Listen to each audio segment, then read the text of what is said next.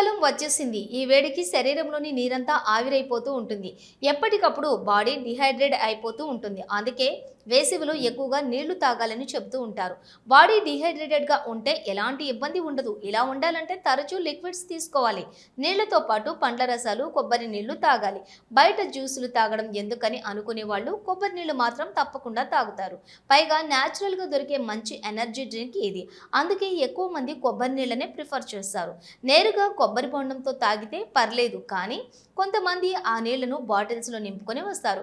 అప్పుడప్పుడు వాటిని తాగుతూ ఉంటారు. ఇది సౌకర్యంగానే అనిపించినా సరైన పద్ధతిలో ఈ నీళ్లను స్టోర్ చేయకపోతే చాలా ప్రమాదకరం. డెన్మార్క్లోని ఇదే జరిగింది. 69 ఏళ్ల వ్యక్తి కొబ్బరి నీళ్లు తాగి తీవ్ర అనారోగ్యానికి గురై చివరికి ప్రాణాలు కోల్పోయాడు. దాదాపు నెల రోజుల పాటు బయట ఉండిపోయినటువంటి కొబ్బరి బొండంలోని నీళ్లను తాగటం వల్ల ఇంత అనర్థం జరిగింది. రుచి కాస్త తేడాగా ఉందని గ్రహించి ఒక్క సిప్తోనే ఆపేశాడు ఆ వ్యక్తి. కానీ అప్పటికే జరగాల్సిన డ్యామేజ్ అంతా జరిగిపోయింది. మెదడు ఉబ్బిపోయింది. వెంటనే వాంతులయ్యాయి. విపరీతంగా చెమటలు పట్టాయి. ఐసీయూలో ఉంచి చికిత్స చేయాలని ప్రయత్నించినా ఉపయోగం లేకుండా పోయింది. 26 గంటల పాటు అబ్జర్వేషన్లో ఉంచిన వైద్యులు బ్రెయిన్ డెడ్గా డిక్లేర్ చేశారు. నిర్లక్ష్యం చేస్తే ప్రమాదం. కొబ్బరి నీళ్లను సరైన పద్ధతిలో నిల్వ చేయకపోతే ప్రాణాలకే ప్రమాదం అని చెప్పడానికి ఈ ఘటనే సాక్ష్యం. సహజ సిద్ధంగా దొరికే ఈ నీళ్లు చెడిపోకుండా ఉండాలంటే వాటిని జాగ్రత్తగా ప్రిజర్వ్ చేసుకోవాలి.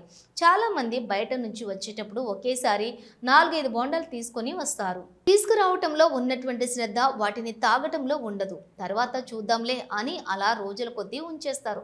అలా ఉంచడం వల్ల అవి క్రమంగా ఎండిపోతాయి, క్రమంగా రంగు మారతాయి. అయ్యయ్యో పాడైపోతున్నాయని గుర్తించి అప్పుడు వాటిని తాగేస్తారు. కానీ అప్పటికే లోపల ఉన్న నీటి రుచి మారిపోతుంది. ఒక రకమైన వాసన వస్తాయి. డబ్బులు వృధా అయిపోతాయని బలవంతంగా వాటిని తాగితే ఆ తర్వాత హాస్పిటల్ ఖర్చు తడిసి మోపెడవుతాయి. ఇదంతా ఎందుకు అనుకుంటే కొబ్బరి నీళ్లను సరైన విధంగా నిల్వ చేయాలి. ఈ జాగ్రత్తలు తప్పనిసరి. కొబ్బరి బొండాలను కిచెన్లో అలా పడేసి ఉంచితే ప్రమాదం. అందుకే వాటిని ఫ్రిడ్జ్లో 4 లేదా 5 డిగ్రీల సెల్సియస్ వద్ద ప్రిజర్వ్ చేయాలి. అయితే ఇక్కడ గమనించాల్సిన విషయం మరొకటి ఉంది. జనరల్గా కొబ్బరి బొండాలను పైన కట్ చేయించి తీసుకొస్తాం. ఇంటికి వచ్చాక పైన కత్తితో ఘాటు పెట్టి నీళ్లు తాగేస్తాం. ఇలా పైన కట్ చేసిన కొబ్బరి బొండాలను తప్పనిసరిగా ఫ్రిడ్జ్లోనే ఉంచాలి.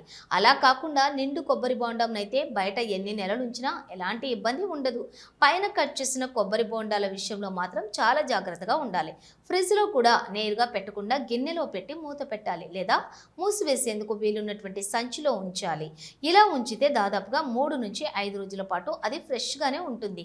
ఒకవేళ బొండంపై ఎక్కువ తేమ పట్టేస్తే వెంటనే దాన్ని ఓ టవల్తో తుడిచేయాలి. పైన కట్ చేసిన కొబ్బరి బొండాన్ని ఫ్రిడ్జ్లో కాకుండా బయటే ఉంచేస్తే చాలా తొందరగా దానిపై బ్యాక్టీరియా ఫామ్ అవుతుంది.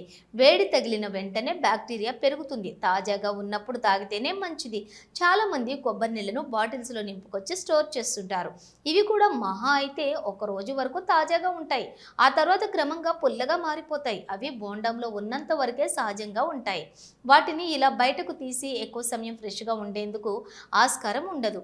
కొబ్బరి నీళ్లను ఎప్పటికప్పుడు తాజాగా తాగడమే చాలా బెటర్. ఇలా స్టోర్ చేయటం కూడా మంచిది కాదు. సరిగ్గా నిల్వ చేయకపోతే బ్యాక్టీరియా పెరగడంతో పాటు అవి సహజ గుణాన్ని కోల్పోతాయి. ఆహార పదార్థాలను సరైన విధంగా నిల్వ చేయకపోవటం వల్లే ఎన్నో రోగాలు వస్తాయి. ఫుడ్ పాయిజనింగ్కి దారితీసి ప్రాణాలు తీస్తాయి. ముఖ్యంగా చిన్నపిల్లలు, వృద్ధుల విషయంలో జాగ్రత్తలు పాటించాలి. వేసవిలో మరింత అప్రమత్తంగా ఉండాల్సిన అవసరం ఉంది.